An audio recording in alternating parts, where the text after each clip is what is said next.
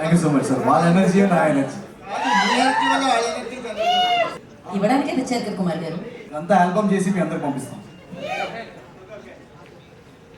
అంటే మీ love stories అన్నీ కూడా మీ నుంచే స్టార్ట్ అవుతాయి కదా.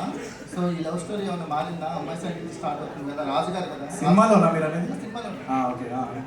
Me on screen love stories అన్ని మీ నుంచి స్టార్ట్ అవుతుంది. ఈసారి ఏమన్నా మారిందా? రాజు గారు కదా, రాజు గారు వెంట రాణి వెళ్తారు, రాణి వెంట రాజు గారు కదా. జనవరి 14th ఇది కూడా చెప్పరా? లేదు, మీరు ట్రైలర్లో మీకు రివీల్ అవుద్ది. చాలా చాలా కీ ప్లాట్ పాయింట్స్ ఉన్నాయి ఈ సినిమాలో.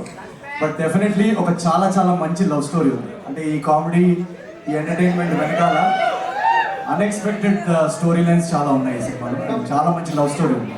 గోదావరి కానీ ఏమైనా కష్టం అనిపించింది? లేదు, అలా కష్టపడితే మనకి ఏది కష్టం. యాక్చువల్గా ఏ స్లాంగ్ మాట్లాడాలన్నా కష్టమే.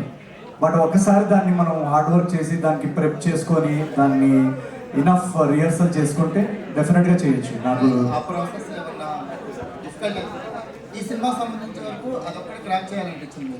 లేదు, అలా ఏది అంటే ఒకటి డిఫికల్ట్ ఒకటి ఈజీ అని నేను అనరు. అన్ని డిఫికల్టీ. మనం స్క్రీన్ మీద మీరు చూస్తుంది ఏది సహజంగా అనిపించినా అది ఫస్ట్ టైం చేసినప్పుడు అది డిఫికల్టే.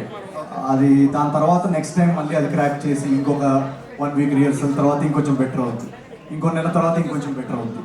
సో ఈ నాకు యాక్చువల్గా in fact Jogipet Srikanth character play చేసినప్పుడు నాకు ఆ యాక్సెంట్ పట్టడం నాకు చాలా కష్టం అనిపించింది ఫస్ట్ 1 month.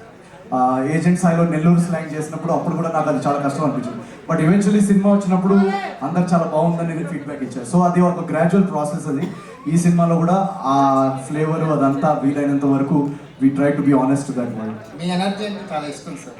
మీరు లైవ్లో ఉంటారు. Thank you so much sir. Sankranti sentiment మళ్ళీ రిపీట్ అవుతుంది.